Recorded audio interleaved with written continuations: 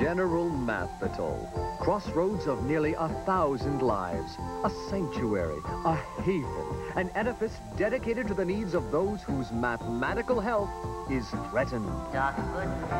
Stock good. Relief is on the way. Notice on the floor. Notice on the floor.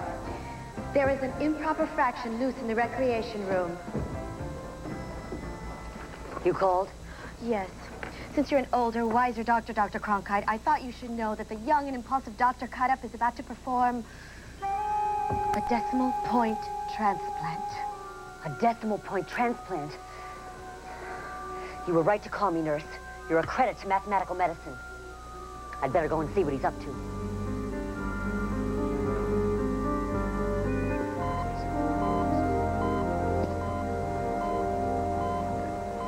Sharp thing. Scalpel? No thanks, just scalped. Ouch. Ouch. That's smarted. Stand back, everyone. I'm ready to cut. Dr. Cut-Up, what are you doing? Hello, Dr. Cronkite. It's a simple procedure. The patient wanted a decimal point transplant. I'm going to move the decimal point from here to, Yes? From here to where? Actually, I hadn't decided yet, but it doesn't make any difference. Doesn't make any difference. Do you jest? It's purely a cosmetic procedure. I can move it from here to here or here. Who cares? When you took the Mathocratic oath, didn't they tell you about decimal points? I guess. At this moment, this little dot, this decimal point, has made this number what it is. It is a potent and important symbol.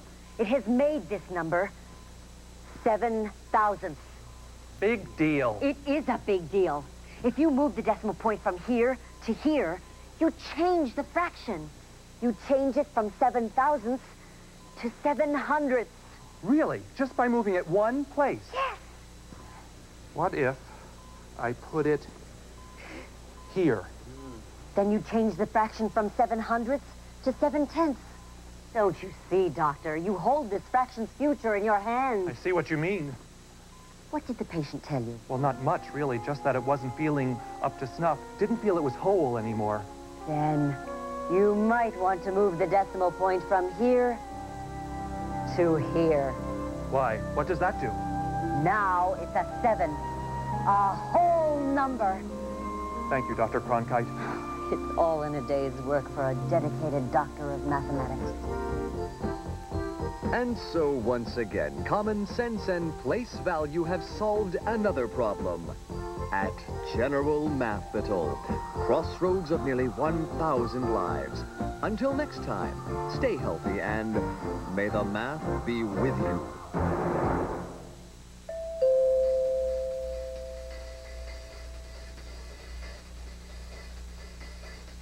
Thank you. Come here. Let me tell you something about math. Let's look at this bill. Let's see. What do we got here?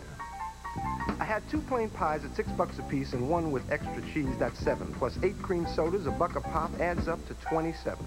We know the tax is 5% in this great state we live in. Multiply by 3, 15%. That's a tip that I'll be giving. That's math. That's math. That's math. That's how you figure it out. That's math. That's math. Yes, that's math. That's what it's all about. Imagine. Bottom of the 9th, we're up by 3, full count, 2 outs, and 3 men on. A guy comes up hitting 405, 6 homers last month alone. Gotta think. Last year he hit my fastball 6 times out of 7. He was 3 for 5 on my curveball, but only 1 for 4 on my slider. After going over the numbers, I wind up and let one fly. I strike him out with my slider, and I'm voted most valuable guy. Yes, sir. That's math. That's math. That's what it's all about. That's math. That's math. That's math. That's how you strike them out. Imagine an island 3 feet wide, 1,000 feet below. I got to drop a survival box to save a guy named Joe. So I calculate my altitude, direction, and wind speed, and I factor in the box's weight and the angle that I'll need. Now, I'm not ashamed to say I hit a perfect bullseye. I wave and move on. Joe can eat until he gets rescued. I just hope he likes croutons. That's math. That's math. That's math. That's how you figure it out. Yes, that's math. That's math. That's math.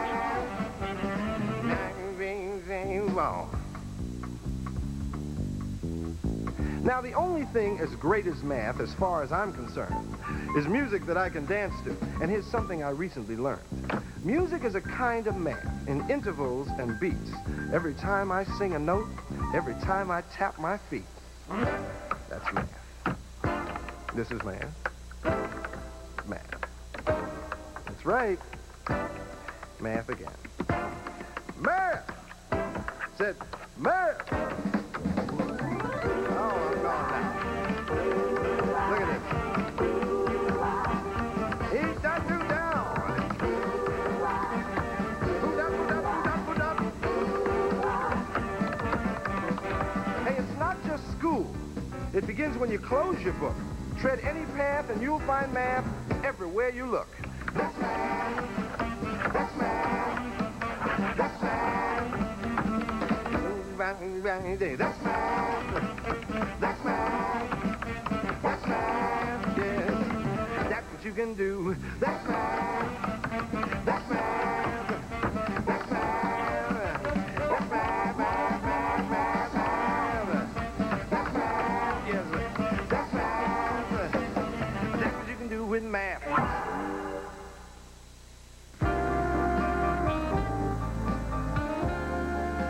The power and the freedom of mathematics is a flaming sword.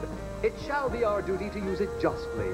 Hold it high, guard it well. Math Court, where common sense prevails. Math Court, with the Honorable Judge Sandra Day O'Crater presiding. Order! Order! Order! Who ordered the burger with everything but tomatoes? And get out of here if you're going to eat that thing. I don't like crumbs in my courtroom. And while you're at it, take that crumb sitting next to you. Your Honor, I am charged with a math crime of which I am innocent. I'll be the judge of that. May it please the court, that's a very old joke. It does please the court, Mr. District Attorney, because this court happens to like old jokes, which is the only reason why you're still working, I might add. Thank you, Your Honor. Or I might subtract, what's the problem Your here? Honor, this filthy individual makes clocks. What? He's filthy and he makes clocks? The first thing we'll have to do is clean his clock. If I may, your robed one, I wish to offer as evidence of the crime this. What is that? A football fan's air? That is a clock, Your Honor. I designed it. And he sold it to me? Then I find the defendant guilty as charged for hanging out with the likes of you. That is not the charge, Your Honor. Then what is the charge, Sharpie? The charge is he sold me a clock that doesn't work. Neither does my brother-in-law. Neither does my brother-in-law. Neither does my brother-in-law. Then I find all three of them guilty of marrying the same sister. That's bigamy. And it's bigamy, too.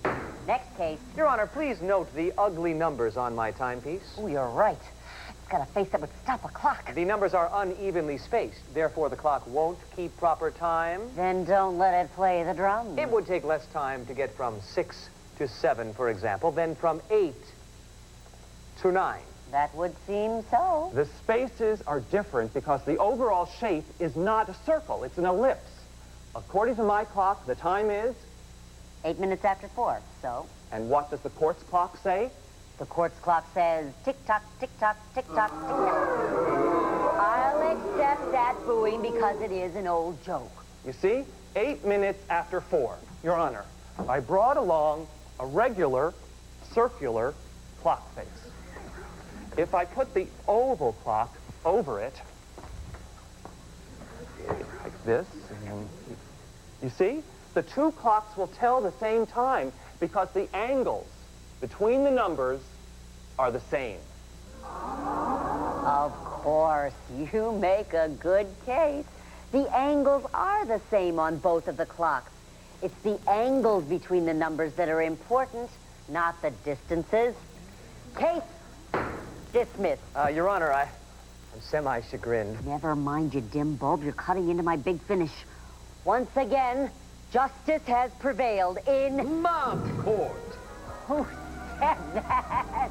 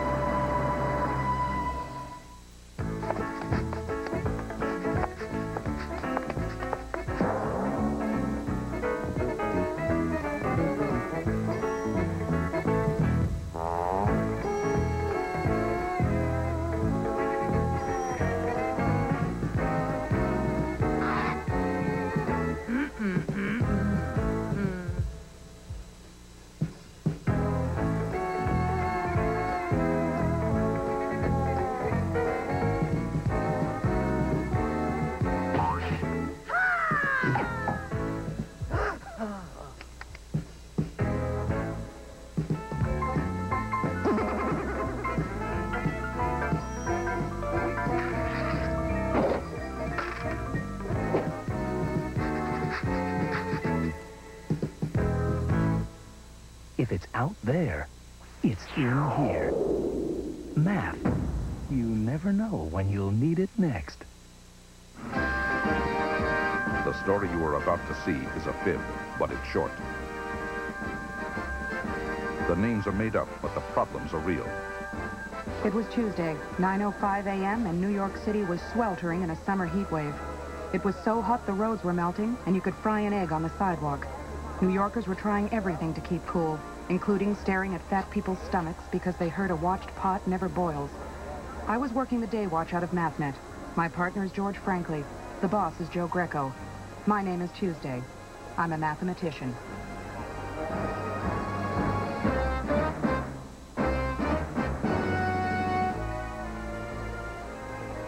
The week had gotten off to a slow start, something I like in weeks. We had time to be human and time to discuss a baseball phenom on a hot streak, Roy Lefty Cobbs. Then we got a surprise visit from a young girl we had never met. Her name was... Babs Bangle? Uh-huh. She had sent us a note and asked us to help a friend of hers, a friend whom she thought might be in trouble. We asked her why, and she said... Because his number sequencing doesn't make any sense anymore. His number sequencing. See, normally I can figure them out, but lately he's been all over the map. We asked her to explain. My friend and I play this game. One of us starts a number sequence. A number sequence? 2, 4, 6, 8, 10? Uh-huh, that's right. Only we might do it like, may I? 1, 3, 7, 15. I don't get it. He writes his number. Let's say 1, 3, 7, 15 on the outside of a sealed envelope. Inside the envelope are his next 4 numbers. Now I have to try and guess which rule he's using and what those numbers are. I get it. So the next 4 numbers might be 31, 63, 127, 255. Exactly. With the help of a man who had been painting our offices, we finally understood the game, but not Bab's problem. The problem is, for the past month or so, my opponent has flipped out. flipped out. Yes. Can't make any sense out of this pattern. Well, like George said, a number sequence can go anywhere. The choices are infinite. True, but we do have a couple of ground rules. Such as? Well, such as the numbers must get bigger, so no number can be repeated. Bab showed us the latest sequence she had received, and we pondered it. 11, 9, 4, 14. This breaks the ground rules again. The numbers get larger and smaller. Any repeated numbers? We thought her friend might be in some well, stressful situation. And he was. He was a baseball player. What's his name? Roy Lefty Cobb? Crime was taking a vacation in New York, and George and I were freed up to help a young girl, Babs Bengal, try to straighten out a relationship with a red-hot baseball player, Roy Lefty Cobbs.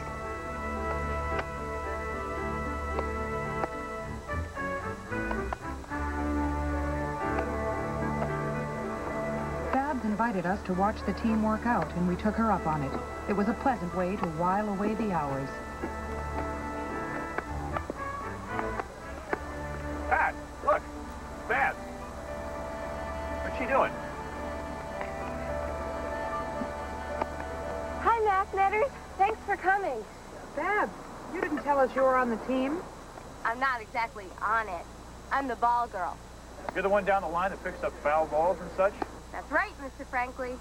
Boy, what a job. Wish I could have been a ball girl when I was a little boy. How long have you done this? 3 years. See, I have sort of an in. My grandfather's the manager of the team. Casey Bengal is your grandfather? Uh-huh. There he is. All right. Casey Bengal is one of the real characters in the game, Pat. His name sounds vaguely familiar. He is that, all right. What? Vague. But he's been that way for as long as I can remember. He has sort of a stream of consciousness approach to life, Pat. Would you like to meet him? Love to. Let's go, boys. Look alive out there. Oh, good hand. Good feet. Very nice shoulder you got there as well. Come on, boys. Come on, you look like a fat old lady there. Although those stripes are very slimming. Hey, Gramps. Gramps, come meet my Mathnetter friends. It's George Franklin and Pat Tuesday. Nice to meet you all around, and welcome to the home field where we play at. It's a great honor to meet you, sir. And congratulations on your successful season. Well, thanks for saying that to me, because it's wonderful so far, and unless something goes wrong, which it always can, which is what makes our national pastime what it is. Baseball. Only I hope it doesn't. Is Lefty Cobbs practicing today? Whom? Oh, number 13, Gramps. He calls all the players by their numbers. Yes, number 13 should be out any time now, unless he's later than that. Number 13 is sure on a hot streak, isn't he, Casey? Oh, yes. Of course, hot streaks have a way of cooling down, you know, averaging out over the long haul. Nobody can keep doing what 13 is doing for a whole lifetime. That's true. I'll bet if he averaged the season, he won't be hitting .718, but he's still having a heck of a year. We just hope he stays hot so we can clinch the flag. Yes, or win the pennant and go to the minor league World Series. I heard a rumor that if you win the pennant, you might get a chance to manage in the big leagues next year. Well, that's what they tell me. And what I tell them is I would love that chance. And I would give almost anything but my shoes for it. But not my shoes because of the harsh winters where I live off-season. Oh, there's Lefty. I'm talking power. I'm talking ballistics. You got to think about muzzle velocity here. Who's that fellow with him? The guy on the phone. That's jerky agent and trainer, Dr. Frank N. Steenbrenner. You say he's jerky? I'll say. He's with Lefty all the time. Hardly lets me speak to him. But he trains 13 real good. And he puts ointments on him, and he gives him special exercises and ices down his elbows in between innings. And in general, I would say, has been good for him somehow, even though what is good for the pitcher is not always good for the gander or for the first baseman. How long has Lefty been with him, Babs? He's the doctor Lefty went to when he had the flu, and they've been together ever since. Watch this.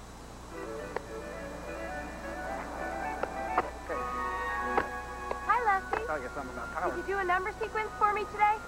Hi there. Isn't it a great day for a ball game? Let's play at Twin Bill. I'm talking about... Listen, little girl, I told you to keep away from Lefty. He's got to think about the game. The game? The game. Now beat it.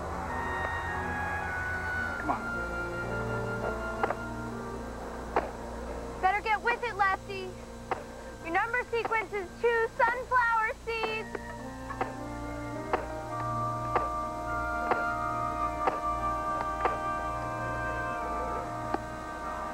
See what I mean? I'd like to see him work out. Sure thing. 13. Take a few swings in the cage.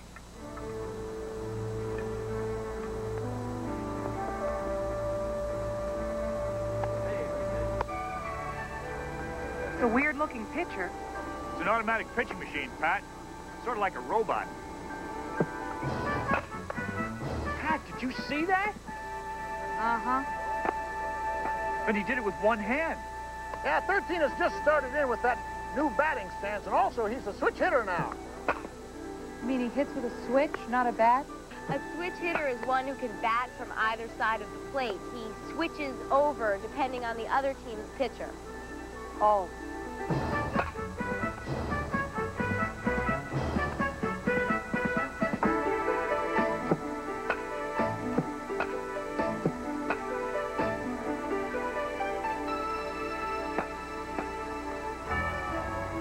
It's the most incredible hitting I've ever seen. It took him a long time to come to this, but then Rome wasn't built in a day, and neither was Kalamazoo, Michigan, although it looks like it. And I'm not the first to say that neither, because when Baby Ruth first come up to the bigs, a lot of folks used to say, it's just for a cup of coffee. But he showed everyone to be wrong, because he was here for the whole enchilada with beef and extra salsa. And anyone who don't know that don't know beans. They don't know nothing, and probably they're un-American, because he hit 714 home runs in his entire career of life. He had very tiny feet, too.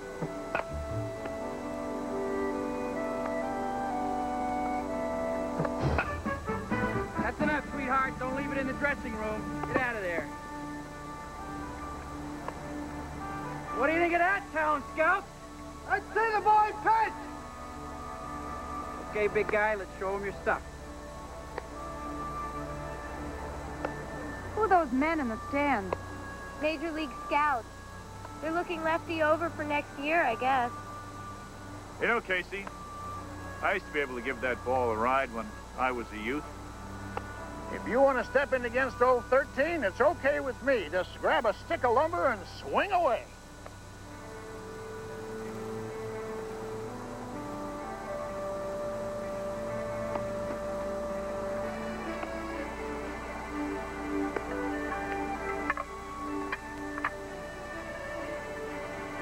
He's got a good stance, he has. Reminds me of number 5, a fellow I used to coach. But not too much, because it bothered him when I stopped. Except for his pants. Number 5 didn't wear pants. I mean, like this fella does. They weren't pressed. Of course, it only takes one swing, unless there are too many people on the porch for one swing. Oh, I guess some folks could sit on the stoop and take turns on the swing, but that don't get the job done. And a job worth doing is a job worth doing well to get paid for.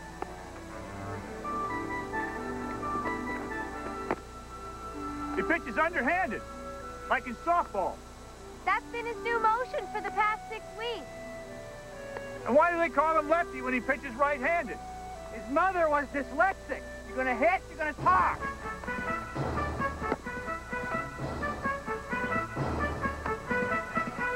Okay, lefty, let's see what you got in the old apple.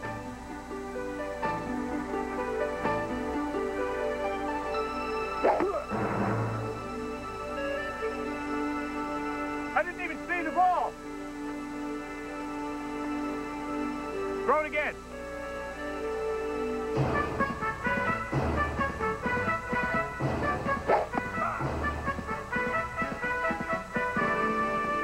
Hold the bat out, and he'll hit it for you.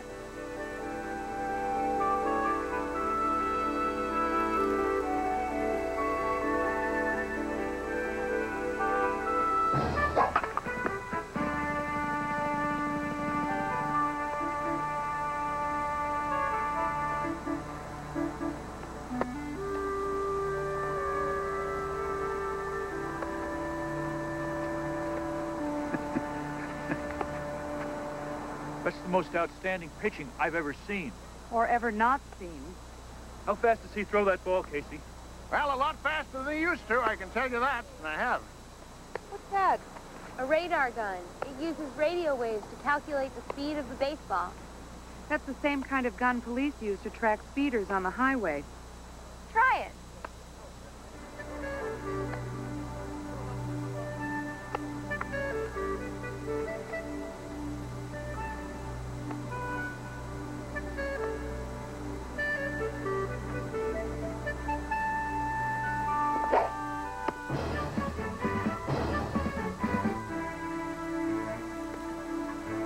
be something wrong with this gun. Why? 134 miles per hour. So? So nobody has ever pitched a ball 134 miles per hour. And that's his changeup.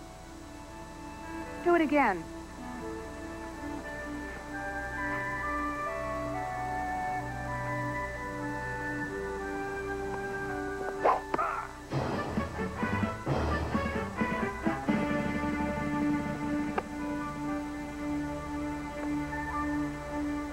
.143 miles per hour. In the major leagues, the fastest anyone can throw is maybe 105. And that's only once in a while. We've had the gun checked, Mr. Franklin. It's accurate. That's enough, meat. No sense letting him see any more for free. Into the locker room and I'll ice you down. Isn't it a great day for baseball?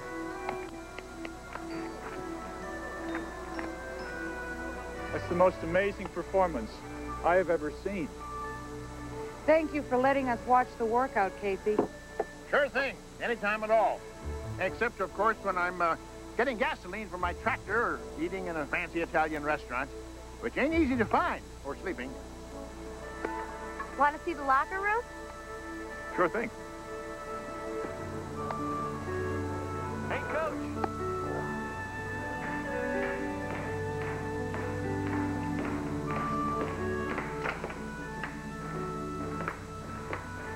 Can you beat that? What? Is that left his locker? Yes, and he didn't even leave me a number sequence today. He leaves it in his locker? Tapes the envelope to it, and I tape my answer up the next day. Nothing. Hey! Something very strange is going on around here.